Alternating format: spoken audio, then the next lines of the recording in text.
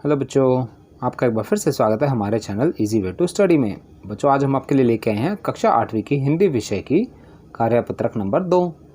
बच्चों, जैसे कि आप सभी जानते हैं, सबसे पहले यहाँ पे हमें अपना नाम लिखना है और अगले फील्ड में हमें अपने कक्षा अध्यापक का नाम लिखना है। चलिए देखते हैं अपनी वर्कशीट। उससे पहले बच्चों, अगर आप हमारे चैनल पर नए हैं तो हमारे चैनल को सब्सक्राइब करना ना भूलें और साथ ही बेल आइकन बटन ज़रूर दबाएं, जिससे हमारी कोई भी नई वीडियो आती है आपको तुरंत नोटिफिकेशन मिल जाए। चलिए देखते हैं अपनी वर्कशीट।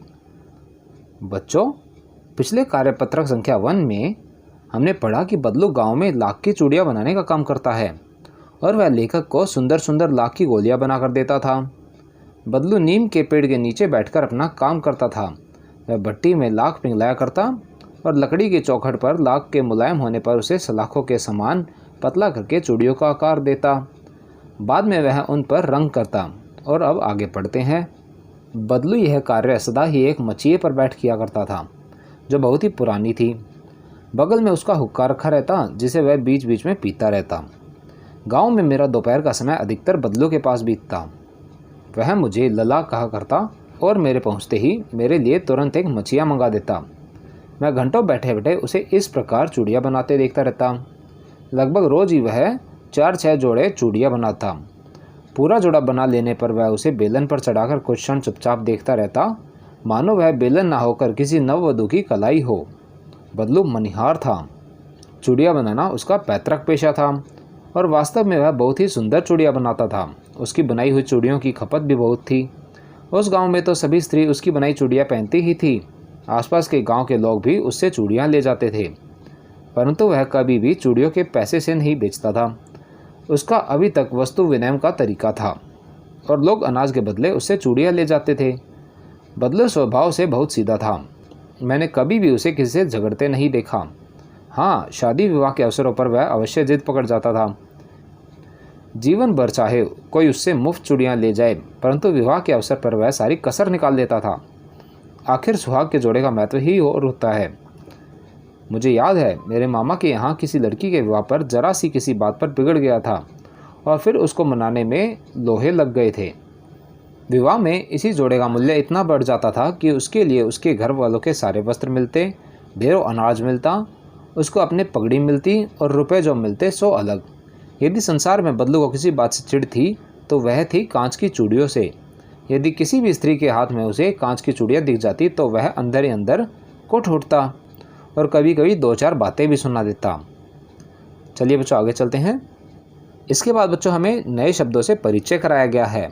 हमारे कुछ नए शब्द हैं। मचिया, बैठने के लिए उपयोग में आने वाली सूतली आदि से बनी छोटी चकोर खाट। मनिहार, मनिहार क्या होता है बच्चों? चूड़ियाँ बेचने वाला। पैतृक, पूर्वजों का यानी पिता से प्राप्त या पुश्तैनी।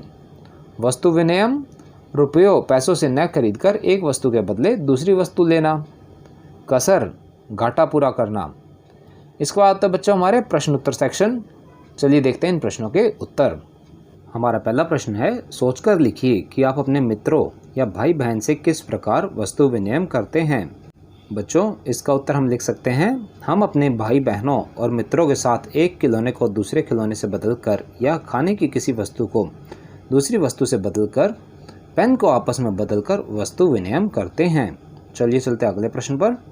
अगला प्रश्न है, बदलू गांव की स्त्रियों के हाथ में कांच की चूड़ियां पहने देखकर गुस्सा क्यों होता था। बच्चों, इसका उत्तर हम लिख सकते हैं, बदलू लाख को सच्चा और सबसे अच्छा मानता था।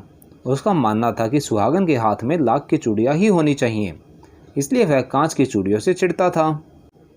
चलिए चलते हैं अगले प्रश्न पर। हमारा अगला प्रश्न है, कहानी में आई किन पंक्तियों से पता चलता है कि बदलू को अपने काम से बहुत प्यार था।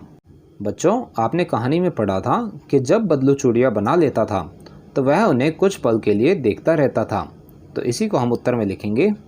बदलू चूड़ियों के जोड़े बनने के बाद उनको बेलन पर चढ़ाकर कुछ क्षण चुपचाप देखता रहता, मानो वह बेलन ना होकर नववधू की कलाई हो। इन पंक्तियों से बच्चों हमें पता चलता है कि बदलू को अपने काम से कितना प्यार था।